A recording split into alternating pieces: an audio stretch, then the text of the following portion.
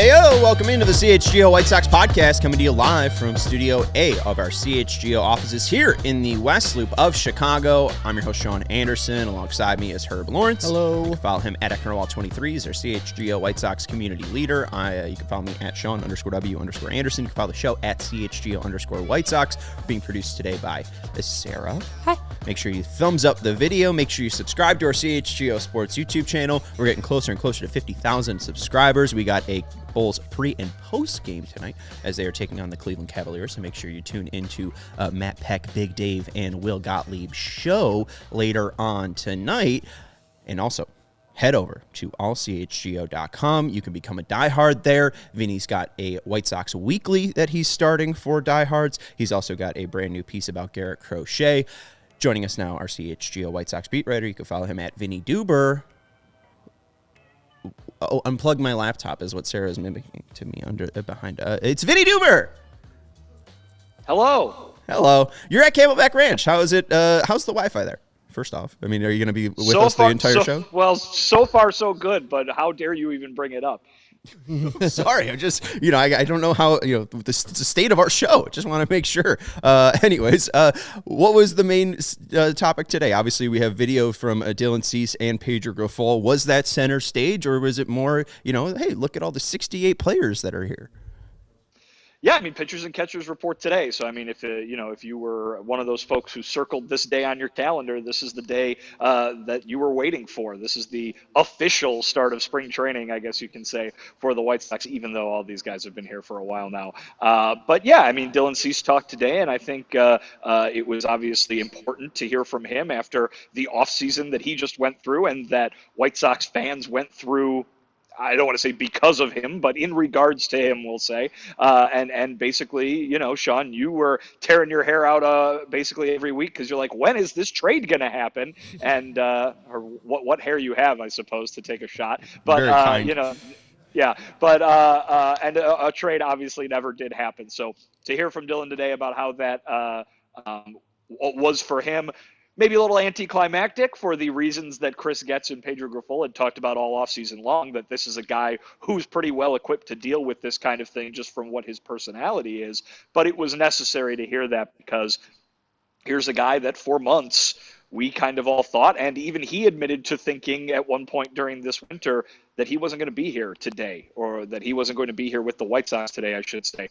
Listen, he could have been in Florida with the Orioles or Florida with the Braves. He could have been across the way over here with the Dodgers. That was brought up at one point. Maybe he would have been in Goodyear with the Reds. But instead he's here. He's still a White Sox, and he had to talk about that today, and he did. And I thought he handled it well, as we're about to show.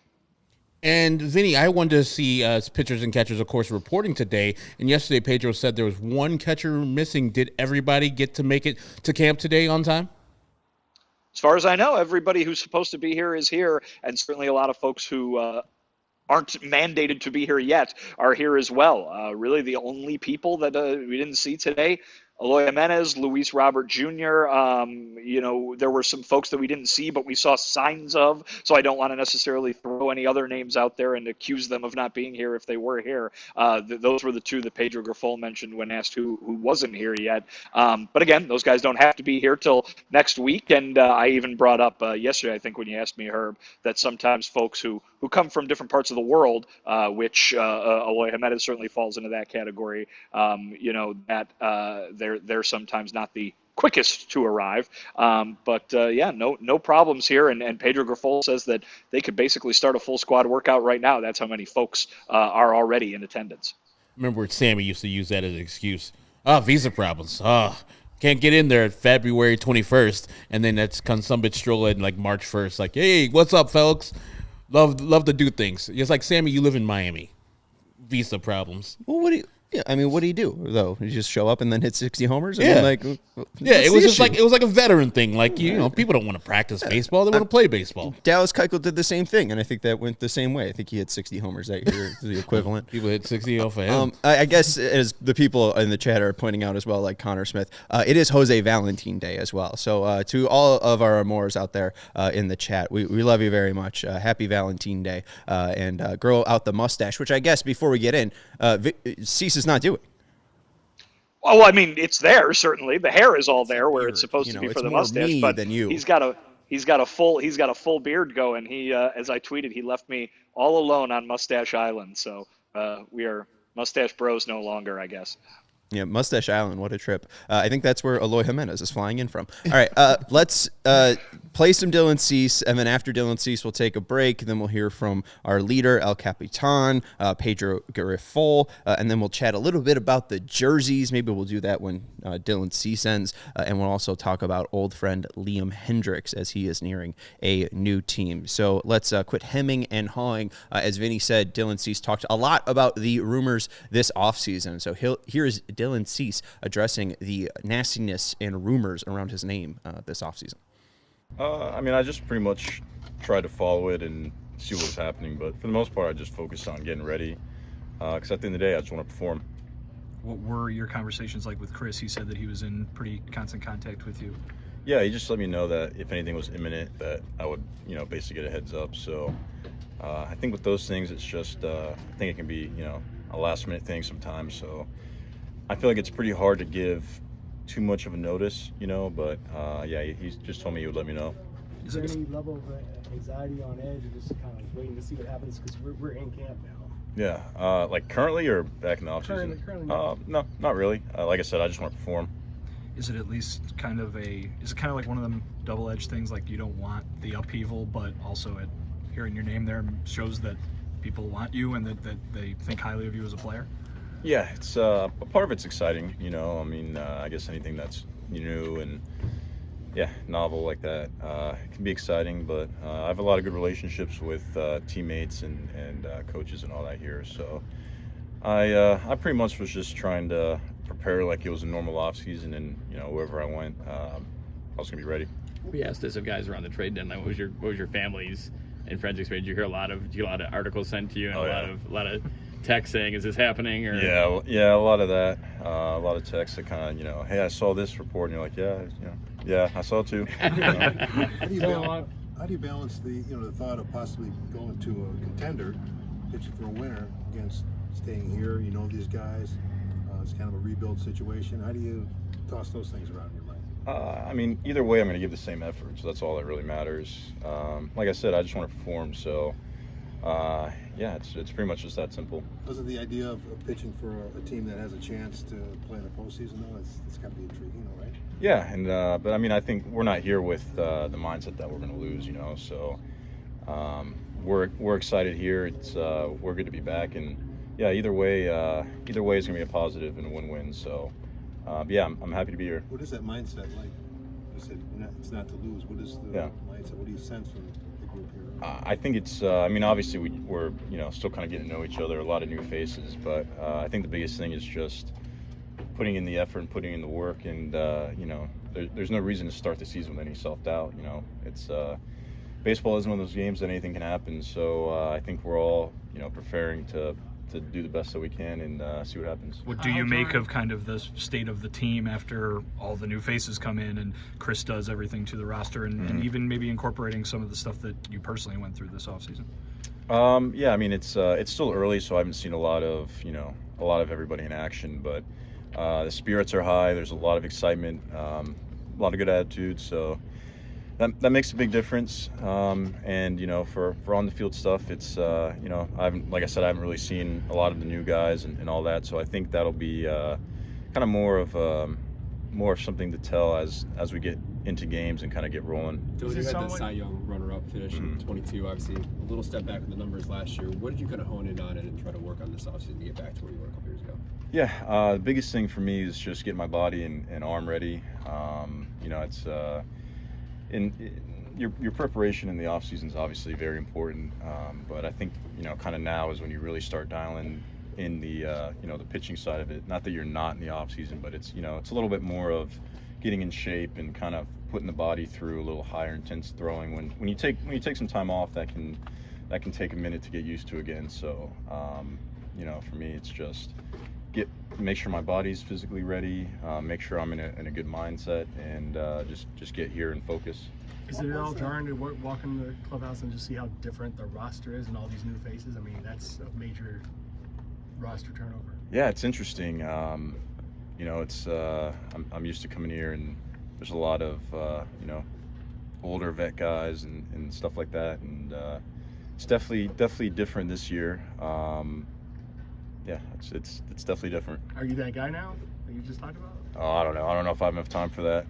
I do feel like I'm probably one of the more tenured players, I guess. I'd have to look at it, but definitely it happened really quick. It happened a lot quicker than I think a lot of us were expecting. Chris put such an emphasis on trying to improve the defense this offseason. As a pitcher, what does it mean to have guys behind you who have a strong defensive reputation and can maybe make the plays that weren't being made with as much consistency in the recent years? Yeah, it's huge. If you're trying to play fundamental baseball and win close games, obviously the defense is super important. So I think it's smart to try to improve your defense, and I think we have a lot of guys now that, like you said, have really good defensive reputations. So it's going to be a lot cleaner baseball. What was you mentioned mindset a little earlier? What was your sort of mindset throughout the offseason? Was it just sort of like just kind of focus on what you can control? Were you surprised that something happened or didn't happen, or just in general, just what was your mindset? Yeah, biggest thing was just focusing on getting my body ready. It's I kind of just followed the reports, and I guess I assumed that they were accurate, but it was I tried to just treat it like I would any other off season, and there was definitely a lot of noise, but at the end of the day, like I said, I just want to perform. So the more I can focus on what I got to do, that's really all that matters. With all those reports, it almost felt like a foregone conclusion, like Sox fans are going to say goodbye to you. Do you feel surprised that you are here on day one? I don't know if surprise is the right word. I really wasn't looking at it with I guess a whole lot of expectation. For a while, it did look like it was going to happen. I kind of just assumed it, but when it didn't, I was like, all right, let's go. Do you expect to have to kind of continue to deal with that as the season goes along? Maybe. I mean, it's not really anything I'm focused on. I just want to perform, That's one thing that both Chris and Pedro talked about, was just sort of like, do you have that mindset to be able to block out all that noise? Just how are you able to do that? I don't know. I mean, just you can only focus on so much, I guess, and the more you can focus on what really matters, I think that's what's important. Either way, I'm grateful to be a Major League Baseball player. So whether I'm here or somewhere else, I'm gonna try to make the most of the opportunity, and that's all that really matters. Did Chris give you any kind of heads up at the end of last season that that they may be doing some things different, that you could be part of that? No, I think that was a little more into the off season that started to surface. And then both him and Ethan and Brian, all you guys. Well, you were saying touch the pitching guys anyway, right? But I mean, Chris, how many times do you think he talked to you about trade stuff in particular? We talked a couple times, especially later in the off season. But yeah, for the most part, it was kind of a regular off season, other than hearing all the rumors. You said you want to perform. Mm-hmm. Does it matter what team you're performing for over the next 2 years? Do you want to stick with this team, or do you just want to be able to do your stuff wherever that might be? Yeah, a lot of that's out of my control. It's at the end of the day, wherever I have to go, I do just want to perform. It would be great to be here. Like I said, I have a lot of great relationships here. The city of Chicago is awesome, so it's a lot of benefits. I kind of just look at it as like a win-win, really. Like I said, I just want to be out there and perform. There haven't been any discussions at all about an extension for you, right? No, there haven't been any. How do you feel physically? I mean, it's never been an issue for you. How was your off-season throwing, and how do you feel today? Yeah, I feel great. This was the first off-season in a while where I wasn't getting some tricep soreness and some little aches. So I get to do a full ramp up. I kind of hit all my numbers that I want to hit. So I feel like I'm in a really good spot. So you said you really love the city of Chicago. If you were to get traded, what would you miss most about the city? Ooh. I just think it's a super clean big city, just some big cities you kind of feel like everything's on top of each other, where Chicago's just spread out. In summer it's perfect, and food's great, museums, all kinds of stuff to do. Art museum's awesome. So Chicago's a great city. What has it been like working with Brian Bannister? We saw him working pretty closely and in depth with some guys just during a bullpen session. I haven't gotten to do a whole lot with him yet. You know, I know he's kind of infamous for some pitch grip stuff and different things like that. So I'm excited to pick his brain and kind of see what he's got from me and what he thinks. Yeah, anytime you can bring on someone with a reputation like that, it's definitely great. What has the message been either from him over the offseason or from Ethan over the offseason? What has kind of the message from the team been from what they're looking for from you?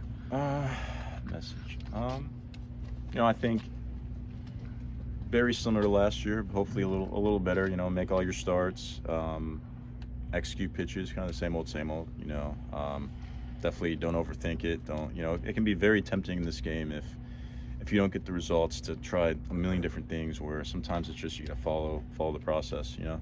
This could be the earliest we've ever asked this, but how does it feel to get another opening day start? Yeah,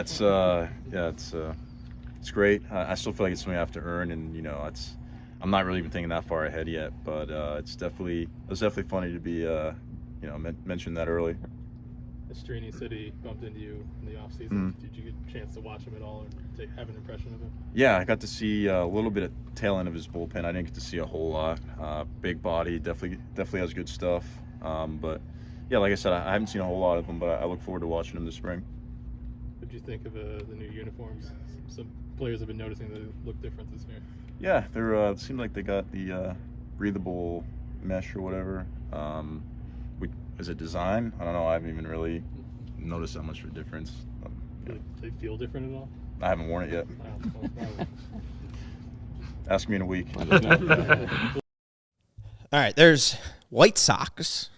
Note the team. White Sox ace Dylan Cease, an opening day starter for your 2024 season. I doubt he's going to get traded. I mean, again, temperature, if we had a 0 to 100, 100 being he's traded tomorrow, maybe even during this episode, 0, he'll make that opening day start.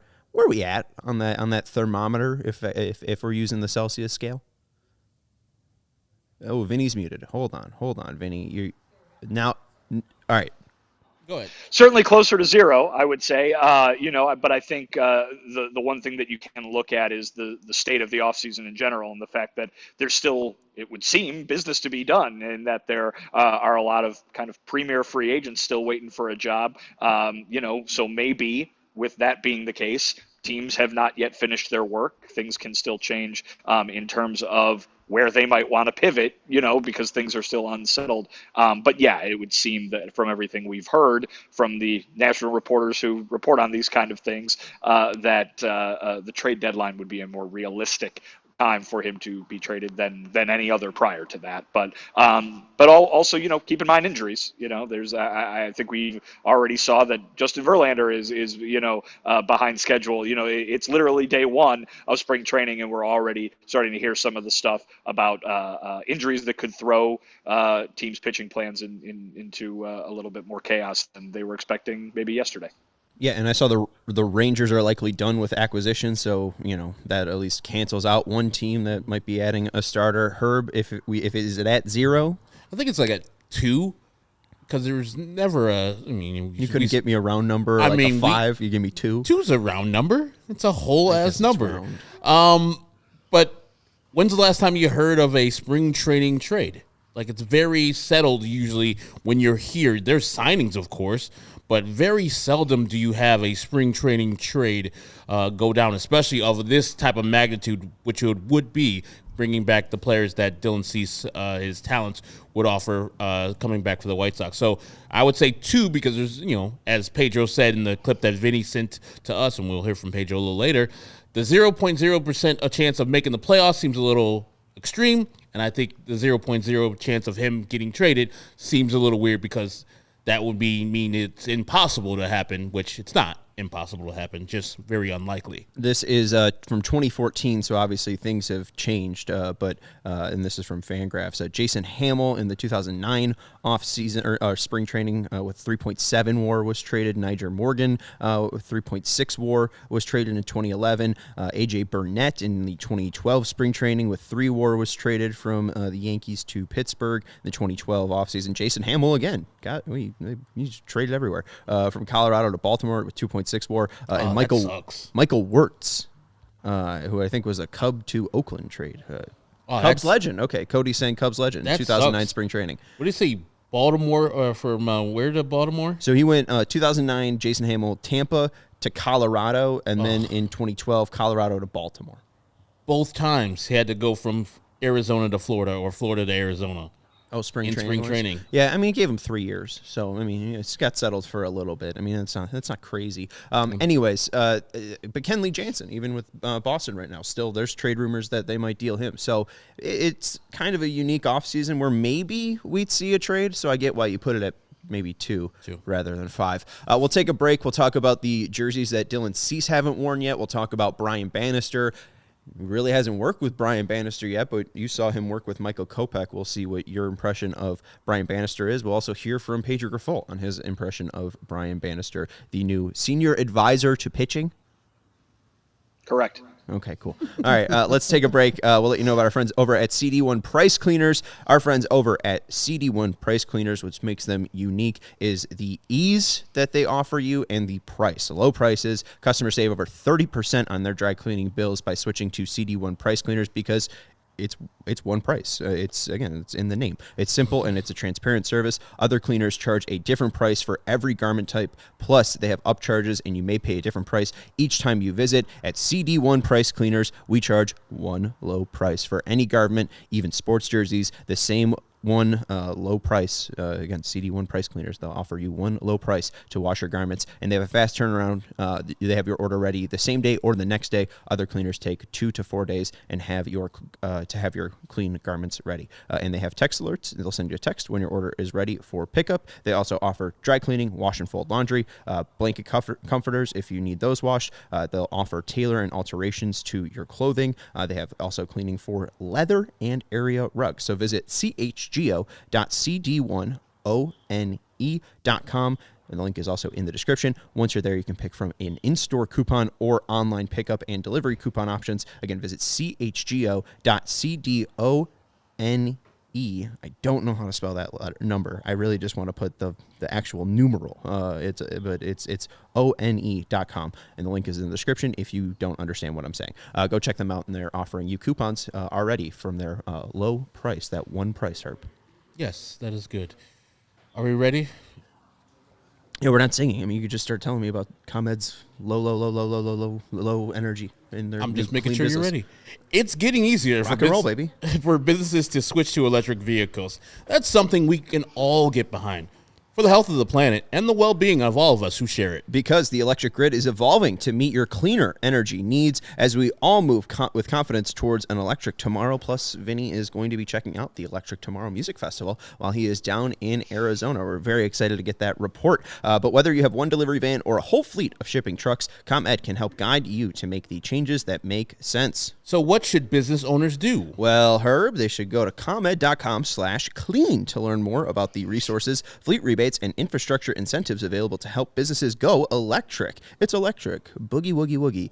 If you own a business, don't wait. Start making your plan today to switch to electric vehicles. Because it's good for businesses, it's good for the planet, and it's good for all of us who share that lovely, lovely planet. So go to ComEd.com/clean. Did you say ComEd.com/clean? You bet I said ComEd.com/clean. Go now and see how going electric connects us to a better way of doing business and a better future for generations to come. The generations of the MLB jersey, I think, are going down the toilet. That's my opinion. I don't know if I can even say it's a professional opinion because I don't know how to label myself. But if we can see the graphic that I made, Dylan Cease has not worn the jacket, not the jackets, but the jerseys yet. Michael Kopech has, and as you can see from the 2023 video that the White Sox put out on their Twitter, you could see the old jerseys where that MLB logo is up a little bit higher, and those numbers are a little bit bigger, and they're stitched, and those numbers are a little bit more detailed. They have a little bit more outlining, where the jersey on the right is a little bit reminiscent of my kids' A-Rod All-Star jersey from 2006 that I got for Easter. It's a very good. What was that visual you gave? Callback. Yeah. Thank you very much. It doesn't have that same pizzazz. Dylan said ask him in a week, so we obviously can't go off Dylan's opinion. But they just look weird, and ugly. I think, but ugly, as I said yesterday. I don't know what your guys' thoughts are. We don't have to spend too long on this. We can go back into the more important things that Dylan talked about, but at least that was the last thing that he said, that he doesn't have an opinion yet, but man, they look ugly. Go ahead, Vinny. I don't really care, to be honest with you, but I will say that they look different and they look weird compared to what we are used to seeing from Major League Baseball uniforms. I think I've seen them close up. I can tell you what the difference is. They're not patches, right? I mean, that's basically what it comes down to, is that the letters and numbers on the back of the jersey, and I believe the logo on the front is the same. Those were patches. They were giant, big patches. And if you've ever owned an authentic MLB jersey, it doesn't feel like a regular shirt. This is, I guess, kind of rubbery, graphic-y stuff. And then there is sewing around it. There's still stitching around the number. Obviously, you're judging it from a design standpoint. I think the 2 cents that I would offer is from a performance standpoint. It is probably vastly preferred in that you're not carrying a giant patch on your jersey. That being said, baseball, not just fans as you're exhibiting, but players are creatures of habit. And to see something like that change is probably, not something that they're super excited about. I will say they're probably lighter. They are probably more breathable, to use the word that Dylan used when he was asked about it. But yeah, they look vastly different, perhaps in your opinion, or I would probably agree with you. They look less professional to our eye, having been trained as to what they're quote unquote supposed to look like.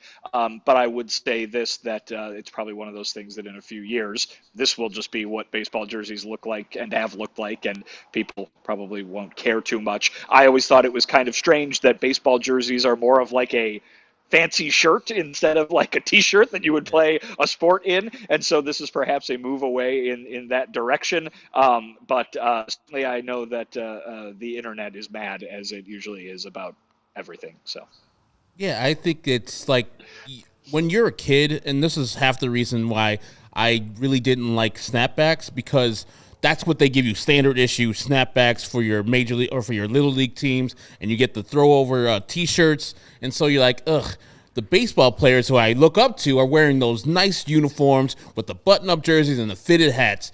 I want to look like the pros. And so it's like, like it looks like you went to Marshall's and got that jersey. It looks like you went to DH Gate or any of the Chinese sites that you get, and it looks off. That's kind of the vibe they're giving. And if it's cooler and smoother for the players, I'm all for it, because I think, as I brought up last year, the black, in the sun could be a little taxing for the White Sox and other teams who wear black, because of black, attracting the sun and retaining heat. So I just think if it's better for them and they feel better in those jerseys, more power to them. But I wouldn't like it to look so cheap and so flimsy. Well, right. Miles Michael has said that it doesn't feel professional, right? And, I mean, I was watching MLB Network, and those jerseys have never changed, right? From 2023 to what Greg Maddux was wearing, that was the same design. It was the same bulkiness, right? It was that same heft and that stitching. But, like, now college teams have more professional-looking jerseys than this. And I know, again, we don't have to spend too long on this. I know that this isn't the most important thing. But we also didn't hear a ton of players complaining about this. And I feel like there had to be something special where you actually had, like, a true jersey. This is signed by Chris Chelios. Maybe I should be a little bit more careful with That's a sweater. Oh, sorry. They'll get on you. You'll get whatever. Those some bitches will get on you. Don't call it a sweater. But, like, it's stitched, right? It's a heft. There's like a realness to it. Like, oh, hey, we are professionals. Maybe it isn't the comfiest or most aerodynamic, like Nolan Arenado said, but I don't know. But it kind of makes the man in a way. I don't know. It's more of an elevated look, right? Like, you are supposed to look different because you play different. You're a different level of athlete. This isn't bush leagues, right? I mean, softball teams, like Nicky Lopez's dad's team, has better jerseys than this, probably. They do, and it just looks like the lettering and the spacing on the lettering is a little more wide out. And as Luke points out, that imagine Maldonado's name on that jersey. I think about William Van Landingham or Jared Saltalamacchia, the long names back in the day, just like started on the butt and then go up to the back and then come back down to the butt type of a jersey. Well, with these, they're like fucking huge spaces between the letters. Even the small names too, like Lance Lynn's looks so weird because they're so tiny. Giovanni Soto, White Sox legend, his last name would look so weird. Just a whisper. It's like Soto. 48. I don't know. It just looks odd. Anyways, let's go back to Dylan. I liked your question about, does it matter in a way what team you're pitching for, right? I mean, obviously his goals are his goals, and he's trying to be the best pitcher possible. It would have been great, though. He'd been like, oh, yeah, I really liked him. My name was thrown out there with the Yankees. But it seems like he wants a cleaner city. Listen, I think, like I said earlier, and like was posed to Dylan, Chris Getz, Pedro Grifol, they've been talking all offseason about this, and they're saying, man, it couldn't have really happened. This situation couldn't have happened to a more well-equipped guy. And I think this guy's personality allows him to basically say whatever happens, happens, and mean it. You know what I mean? I mean, he has been traded before. He's not, naive to the idea that, I'm going to be with the same team for my entire career. And I think most players probably aren't naive to that, particularly in this day and age. They realize kind of how this sport works and how pro sports in general works. And to be able to be at peace with that and say, I'm just going to go about my business. And, you kind of point me where the mound is and I'll go out there and throw. I mean, that's good for the guy, and that's good for his head. To not necessarily have to worry about that, not because of the situation, but because of the person that you are. Now, what does it mean for the White Sox? I mean, listen, they're probably, you would think, still be open to trading him should they get the right price or the right return package. We asked Dylan if there'd been any extension talks. He said there hadn't been. He seems like he would like to play for this team and in the city of Chicago, but also he's basically saying, all right, wherever I need to go to do what I do, which is pitch and pitch really, really well, I'll go there. I think that Dylan is the perfect person for this, with kind of these trade rumors, because not only of the demeanor that he has, but he's already been traded in his professional career before with the Cubs as a minor leaguer to the White Sox. And so it's not old hat, because it never probably gets new or old to a player going from one place that he has pretty much grown up in with the White Sox to go to another atmosphere. But he seems like, I'm a mercenary. These people sign my checks. I don't necessarily have a allegiance to these people. And he said he doesn't have any control over where he's pitching. So he says, it's my job to get prepared for wherever I'm going to be pitching. And, some people would lie to you and say, yeah, I didn't read all the rumors. I didn't get that stuff. He just said, no, I was reading that stuff. People send it to me. It's like, yeah, I already know. I got you. So I think he's very apart, and he doesn't really care, about that extra stuff. I think he finds it humorous, and he's just going to go out and throw some strikes this year. He's a whatever team he's on. He's a Zen dude writing poetry. Like, I think you're absolutely right that he is the right guy for this. And again, he has made the most starts in Major League Baseball since 2021. He has given you a sample size of 64 starts with an ERA of 3.01. And then, yes, of course, his ERA was 4.58, but he went out and posted. He went out and made 33 starts and led the majors again. Were all of them great? No. Were there some pretty ones? Yes. Like, he wasn't a bad pitcher. He had some ups. He had some downs. Do you think that a guy that has his name in trade rumors, that is aware of these trade rumors, that is a professional, that understands the assignment, isn't going to be motivated by this and isn't going to be more like the 64-game sample size that he's given you and not the 33 sample size that he had last year? I think, especially with Brian Bannister, who he hasn't worked with yet, and that's kind of the most disappointing thing. I'm excited for more insight to what changes the White Sox are trying to do to the existing players, because obviously Dylan isn't perfect. Maybe there is some things where he can find more consistency with his slider, and Bannister can help him with that. It'll be interesting to see how that storyline develops. But I'm pretty confident that once Dylan Cease goes out and pitches for the White Sox, that stock's only going to rise more. And that waiting out that Chris Getz has done, that I know people are anxious about, will only be paid off. I mean, the only way that I think that turns sideways is if we're dealing with the unfortunate news of and possible reality of an injury. But hey, knock on wood, let's not let's move away from that. But anyways, like, Dylan does seem like the right guy for this, that can kind of tune this out and be ready for anything, because if he gets traded, he's just pitching for a competitor. He's probably excited for that. Like he seems willing and open for any challenge that's thrown out to him. Anything else on Dylan Cease that you want to throw out there, or should we move to the mysterious Brian Bannister that made his first appearance at White Sox camp? Yeah, I don't know how mysterious he was, but we did see a lot of him today, so we can shift to that gear if you'd like. All right. Let's hear from Pedro Grifol first, because we'll get a little bit of insight from Pedro, and then Vinny can give us his first impressions of Brian Bannister, and then we'll chat more. But here's Pedro Grifol on the expectations, the vibe change at camp, Brian Bannister, his addition, and then there's one more topic that I can't think of, but Pedro Grifol is going to talk to you now.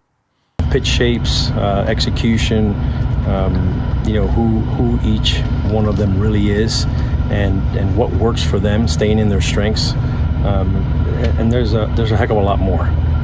But he's a real big asset to this pitching department, and him, Ethan, and Matt together, they make a really good team. And I'm really excited about that. Pedro, with so many new guys, massive roster turnover, how do you handle that as a manager and try to acclimate everyone and yourself get acclimated with so many new faces? First of all, I'm loving it. I'm loving every minute of it. These guys are hungry. Everybody got something to play for. As an individual, we got something to play for as an organization. There's a hell of a lot of competition. They know it. They're aware of it. We know it. We did our homework acquiring these guys. We've done our homework on what we want this team to look like. Not so much personnel-wise, but what we want it to look like on the field. How we want it to play. How we want it to act like. So this is an exciting time for us. We mentioned yesterday, I'm not sure to you, but we were telling people that the projections towards your team are not very kind. I think PECOTA has you 65.5 wins. Do you pay much attention to that? I don't really, until we come out with 0.00 chance of making the playoffs, right? And that motivates the heck out of me. I know it's a little bit of the talk in there. It's this is a division that obviously nobody's scheduled to run away with it. Why not us, right? We're here. We got to play 162 games. If we were out of it already, then why play? We're not out of it. We got 162 games to play, and we got close to 40 days to prepare for those 162 games. So I know they got to do their job, and the percentages of the percentages. Our job is to prove them wrong. And that's what we're working on. It's motivating you. Can you tell it's motivating your guys? It's motivating everybody. It's got to be motivating everybody in the building. If it's not, then you got to check yourself at that door. I don't know if this is the right place for you, but 0.0% after turning over a roster the way we've turned it over, and new front office members and new coaches and new vibe and energy and the work that was done in the off season. It's good. It's good to hang up on the wall. We are likely going to either maybe make a physical thing that we can hang up on the wall for the PECOTA projections. Maybe we'll just make a graphic, but I think that is obviously the money quote that we'll talk about after the first break. But we heard Dylan Cease, mention Brian Bannister and that he's really good with pitch shapes. We hear Pedro Grifol lead that off with pitch shapes. I don't know what you were able to pull away from, watching Michael Kopech and Brian Bannister talk from 25 feet, but did you see any pitch shapes change there, Vinny? I don't know how much you gleaned from watching, but what did you pick up from Brian Bannister on day one? Just very, in-depth, intensive work with these pitchers. And it started with Michael Kopech, and so obviously everyone took notice because that's a guy that a lot of folks have their eye on this spring. It's a guy who, quite frankly, Brian Bannister probably has at the top of his list in terms of guys that he needs to help, improve, or fix, to use a different word. It was every other pitch. Brian Bannister would step in there, show Michael Kopech a grip that maybe he should be changing, talk to him about the arm angle, exactly where he needed to be releasing it, what effect that was having. It was a lot of conversation in the middle of a bullpen. And listen, this is early in spring training. I'm not trying to paint a picture, of Kopech needing that instruction, but it really stood out. It's good to see. We've been talking about Brian Bannister the whole offseason, and, I thought, they probably called people, but they're far apart from, where they live and their situations, got their own families. But it's good to see him in there immediately and the project that Michael Kopech is, because I think he sees, because he was in Boston, that there's a person in there that could be at the top of the rotation pitcher.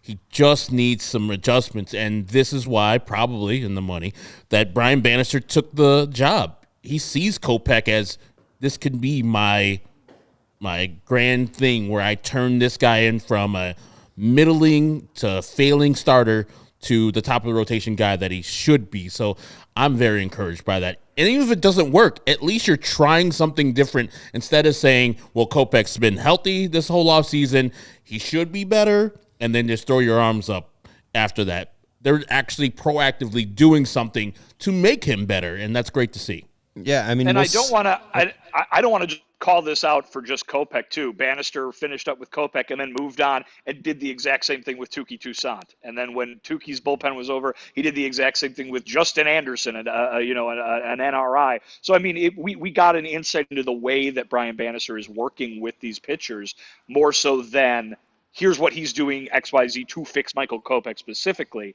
It stood out that, listen, this is a guy who's having an impact. We heard about it all offseason long in terms of the acquisitions that this team made. Now we're seeing it in the day-to-day work here. Now the camp is underway.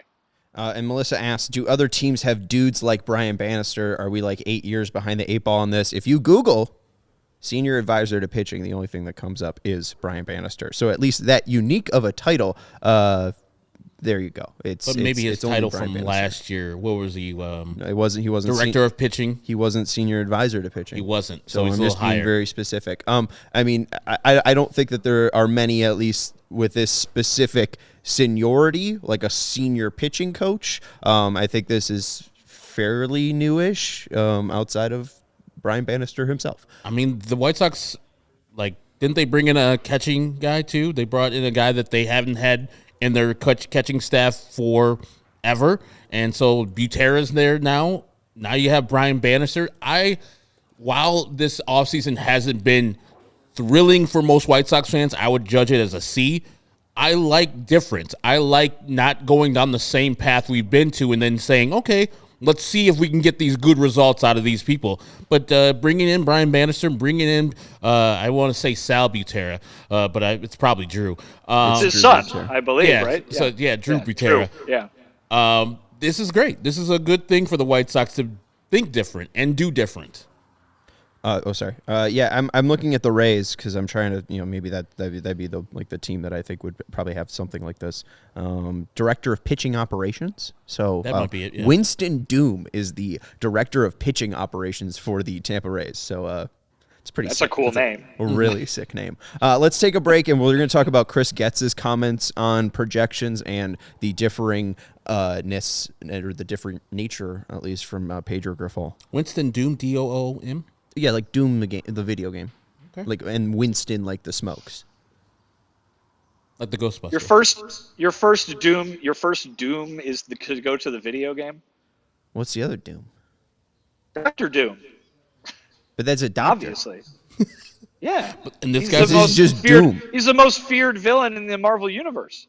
Dork. Come on. You brought up a video game. It's just as dorky. Sure. Touche. That was a good.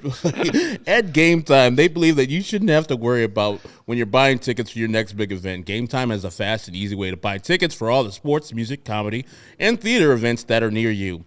And with killer last-minute deals and all-in pricing, views from your seat, and their best price guarantee, Game Time takes the guesswork out of buying tickets. I bought tickets in Atlanta a couple years ago. Went to a secondary market to see about the Game Time guarantee. Saw only one that had a better price in the row in the section that I was in. Sent this information to Game Time, and within 12 minutes, the 110% difference was in my account. You could see the view from your seat before you buy, so you know exactly where your seat at Game Time. And the all-in prices that I talked about show you the total upfront, so you are not getting all these hidden fees when you do buy those great tickets. You can buy tickets in seconds with 2 taps, and Game Time has deals on tickets right up to the start of the event and even an hour after it starts. It's the place to find last-minute seats. You can fly in exclusive flash deals, sponsored deals on tickets for football, basketball, baseball, concerts, comedy, theater, and more. And the game time guarantee, as I just talked about, means you'll always get the best price. If you find tickets in the same section or row for less, Game Time will give you credit 110% of that difference. Take the guesswork out of buying tickets with Game Time. Download the Game Time app today, create an account, use the code CHGO for $20 off your first purchase. Terms apply. Again, create an account and redeem code CHGO for $20 off. Download Game Time today. Last-minute tickets, lowest price, guaranteed. Thank you, Herb. I know Melissa, our good friend in the chat, is a diehard. We also had new diehards like John, Nathan, Andrew, Raymond, Joe, and Matt. Also Arnold as well. Hey, Arnold. Over the yeah. Do you want to scream it? No. Don't they scream it in the open? Yeah. You sure you're not Beat gonna it, be brave? football head. Yeah. Did you guys see that commercial? Because they won't stop playing it on anytime I watch or stream anything where they throw the "Hey Arnold" because he's got the football head. But anyways, where was I? I got lost. Doing a read. Those lovely people who are brand new diehards not only got a box, and we'll get a box soon with a shirt of their choice, a sticker, a membership card, access to the CHGO Discord Lounge. They also get 20% off to our events. If you go to allchgo.com/events, you can check out the upcoming events like our CHGO Blackhawks takeover as the seasons of at least the Sox and Cubs start. The Bulls continue on. They just had a takeover for themselves. We'll have more and more events that you, the diehards, can take advantage of. And if you're not a diehard yet, now is a perfect time to sign up over at allchgo.com. Vinny's starting a weekly piece, White Sox Weekly, where you are going to get a little beat write-up for diehards from Vinnie Duber. And make sure that you head over, again, to allchgo.com to take advantage of the 20% off for events. You get your free shirt, you get access to the Discord, and you join the community that we're building here at All CHGO. All right, let's get into Pedro's comments. We're going to make the nice framed printout of the PECOTA projections at 0.0%. I think he said 0.00% to be accurate. Went the extra decimal place. Yeah, to be accurate, I think Fangraphs has it at 0.8%. So it's probably like 0.4% for the Sox. PECOTA just rounded down because it wasn't 0.5%. So it's not that dire. It's not 0.0000000% chance. But I found it interesting that, Pedro puffed up his chest a little bit and was like, oh, if that doesn't motivate you, there's the door, basically. It wasn't exactly what he said, but Chris Getz, who about the same projections on Monday, said, I've never been a part of a team where anyone within the roster steps into the clubhouse and says, hey, we want X amount of wins this year. It starts with the day in front of you, and when the season begins and opening day hits, you want to win that game, and then you just want to continue to play quality baseball, and the wins start stacking up. I'm well aware of what the projections are. Our goal is to go beyond what projections are, and I think most teams could say something like that or believe in something like that. You know what it takes. It takes a team to come together. We got individuals that are selfless players. Still, you have something to prove to themselves. We certainly don't want to play games in which we beat ourselves. Seems like Pedro's a little bit more, let's use the projections to motivate us, where Chris Getz is more, you as a player already have your own motivations and you don't need to listen to some website that has you at, 0.0% compared to 0.8%, right? Just go and let your work show for you. So I feel like that is a little bit of a different message, even though Pedro Grifol seems to be like, we're on the same vibe and the vibe's cleaned up, baby. Listen to this, Fleetwood Mac. Which favorite song? But I don't fucking know. I think though it's a good thing to have a us against the world type of mentality. That's what it seems like Pedro will have. He'll have a cardboard cutout of Rachel Phelps in the back. Just start taking off little pieces so we can see the naked body of Rachel Phelps. Rest in peace to the actress. That's the type of vibe I'm getting from him. It's like, PECOTA, 0.0? All right, bet money. Yeah, but or that's have like, a picture of PECOTA, which there is no such thing. That's what, Michigan football did, but Michigan football was like, good. Yes. Right? It's us against everybody, and we're going to win 70 games. And, the elephant in the room is that the AL Central sucks, and we're just a big part of that giant ball of suck. Hey, man, you don't know what motivates these people that, something that somebody's already... Everybody's saying that they're bad. Even their fans are saying that they're bad, that they're not going to do anything. And maybe there's just a little effort in them. And maybe that doesn't do anything but give them like 3 more wins. But 3 more wins is better than the 60 they had last year. And I don't see them being as bad as they were last year. But this team has to do whatever they can to get any type of wins out of this team. And if that's what Pedro's message is, like, we're going to work hard, we're going to field the ball, we're going to be a great defensive team, and these motherfuckers don't believe in us, we got motivation, guys. Let's do it. And then rah-rah, and then yay, and the players are like, ugh, get out of here, Pedro. We're grown men. Well, I think what Dylan said today almost probably frames it a little bit better, which is just he came out and said, we don't come in here expecting to lose. Like, I mean, the records are 0-0, and, we can sit here and tell you, boy, this roster sure doesn't look capable of winning a lot of games, but they're still going to go play. Like, what do you want him to say, Sean? Yeah, we're no good. I think we're going to lose 100 games. Like, you'd be grilling them for saying that too, I'm sure. Like, it's just, this is spring training. This is when people all say, hey, the records are back to nothing and we have a chance if everything goes right. Like, yeah, I guess they do, but we can be realistic, and I'm sure they can be realistic up in the front office. It's Pedro's job to win games. And so if he's trying to find them a way to say, all right, let's think about this a little differently. He's in there to manage a clubhouse, to manage these guys. I don't think it's crazy for him to sit there and say, we can be motivated when this computer projection says we have no chance, because what's the harm? What's the harm in being motivated by that? If they go out and lose anyway, then they lose anyway, but you'd rather have them try to win than not, right? No, I know. I'm just saying the GM is saying, like, let's not worry about the projections, and the general manager is saying, let's not worry about the projections, and the manager is saying, hey, we're aware of the projections. Like, I'm just trying to wonder, like, what are the White Sox? Are the White Sox worried about it or not worried about it? I'm not trying to grill them, and I'm sorry if my tone is a little too harsh. But I also think that it was obvious that the Guardians had a motivation in 2022 for the White Sox. In their celebration, you saw all they were talking about was White Sox stuff. Fuck Tony La Russa. Fuck the White Sox. All the things that happened that year.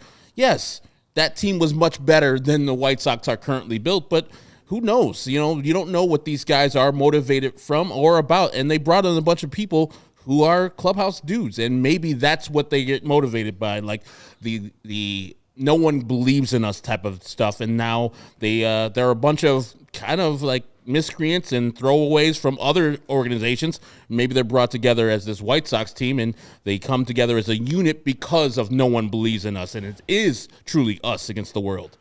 It's a lot of rah-rah stuff, and yes, I have to go far to believe that, but I also don't blame Pedro for using that and the White Sox for using that as some type of motivation, because it's a long season. You need something to look forward to, and this was probably some of that working itself into that clubhouse. I don't care what the motivation is. I'm just saying. I'm just wondering again. Like, are we listening to Getz on that? We're not listening to that as motivation, or are we listening to Grifol, who is more probably in tune with this clubhouse and talking to them on day-to-day basis?